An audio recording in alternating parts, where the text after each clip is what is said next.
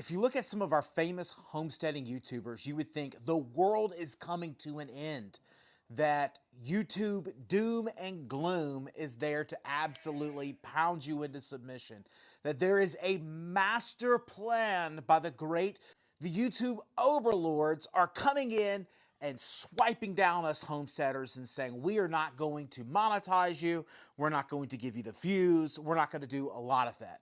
Meanwhile, quite frankly, our content is not where it needs to be. I want to kind of break this down a little bit because I've seen probably 10 to 12 videos in the last couple of weeks that are saying that YouTube is specifically attacking conservative homesteaders. And so they're saying that the algorithm is going after them and that YouTube is there shutting them down. They're giving them less views and whatever it might be. And I kind of want to challenge that thought just a little bit. I know that that makes great content.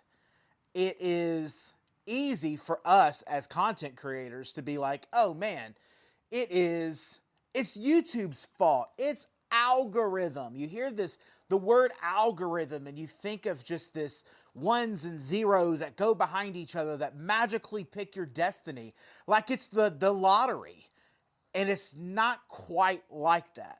So where I've believed that us YouTubers need to challenge ourselves on, specifically in our homesteading space, and I think this is not about necessarily being conservative or whatever. Again, I kind of stay out of the politics game on my channel, but I want to challenge this thought, and I want to challenge you as the viewer. So hang in there with me because I have a great point that's going to wrap it all in. So when we hear the word algorithm, we have to stop blaming our success on ones and zeros that YouTube does behind the scenes that magically picks what goes on our browsing screens.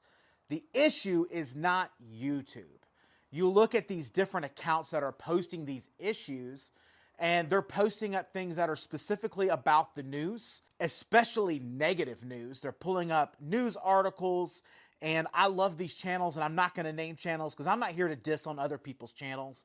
I'm not about that. What I am trying to do as a homesteader is show you that I believe there's a little bit that we're not talking about when it comes to our content. Some of our homesteader YouTubers, they have been out for nearly over a decade, and they've put in a lot of content from how they grow chickens and how they do things on their gardens and grow pigs, and that's great. The problem with content creation, and though this is a new channel, I've been in content creation now for 3 years. The problem with content creation is that it's very easy to take the easy route. And it's very easy to blame our situation on YouTube and this magical word called shadow banning, rather than looking inward at our own content. And then when I ask and I research and I do the bits when it comes to asking YouTube, is this true? Why is it this way? I'm told something very different. So when we look at the word algorithm, we really need to be replacing the word algorithm with audience.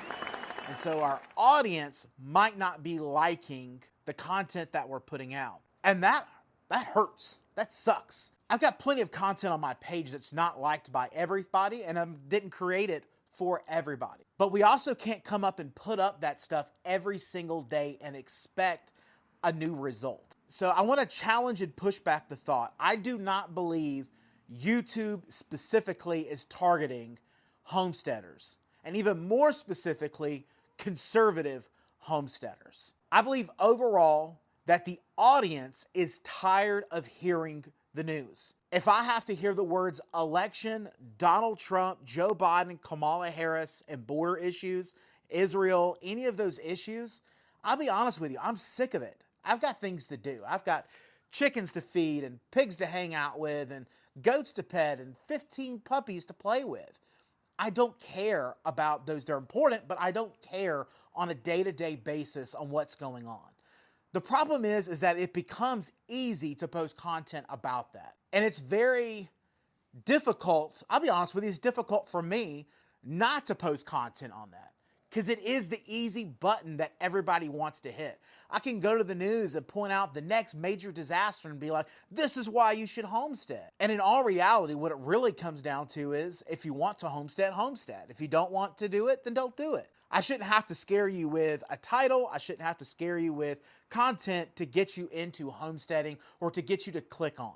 So as we're looking through and you're seeing these scary titles that are downright clickbait, I believe everybody has good intention. I don't believe it's malintent or they're solely out for the clicks, if you will, on Homestead. I think a lot of it has to do with it's easy content. And there's nothing wrong with that. But not everybody is wanting to hear that content, specifically on politics. Honestly, politics are going to ruin 2024.